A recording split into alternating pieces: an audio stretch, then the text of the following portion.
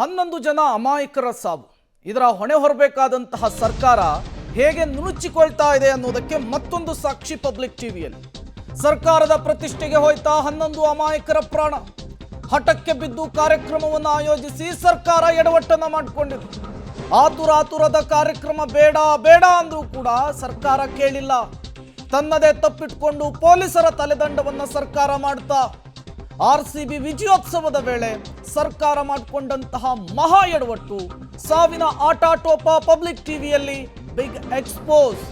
ಸರ್ಕಾರದ ಪ್ರತಿಷ್ಠೆಗೆ 11 ಜನ ಅಮಾಯಕರ ಪ್ರಾಣ ಹೋಗಿದೆ.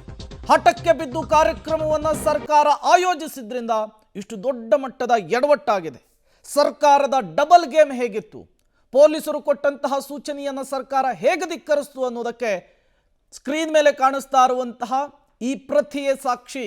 ಸ್ಪಷ್ಟವಾಗಿ ಪೊಲೀಸರು ಹೇಳಿದ್ದಾರೆ, ಯಾವುದೇ ಕಾರಣಕ್ಕೂ ಕಾರ್ಯಕ್ರಮವನ್ನು ಮಾಡೋದು ಬೇಡ ಅಂಥೇಳಿ. ಆದಾಗಿಯೂ ಕೂಡ ಸರ್ಕಾರ ಈ ಕಾರ್ಯಕ್ರಮವನ್ನು ಮಾಡಿದೆ, ಎರಡೆರಡು ಕಡೆಗಳಲ್ಲಿ ಮಾಡಿದೆ. 11 ಜನ ಅಮಾಯಕರ ಹೊಣೆ ಹೊರಬೇಕಾದಂತಹ ಸರ್ಕಾರ ಈಗ ಮೈಗೆ ಎಣ್ಣೆ ಹಚ್ಚಿಕೊಂಡು ನುಣುಚಿಕೊಳ್ಳುವಂತಹ ಕೆಲಸವನ್ನು ಮಾಡ್ತಾ ಇದೆ. ನಾನವನಲ್ಲ ಅಂತ ಹೇಳ್ತಾ ಇದೆ.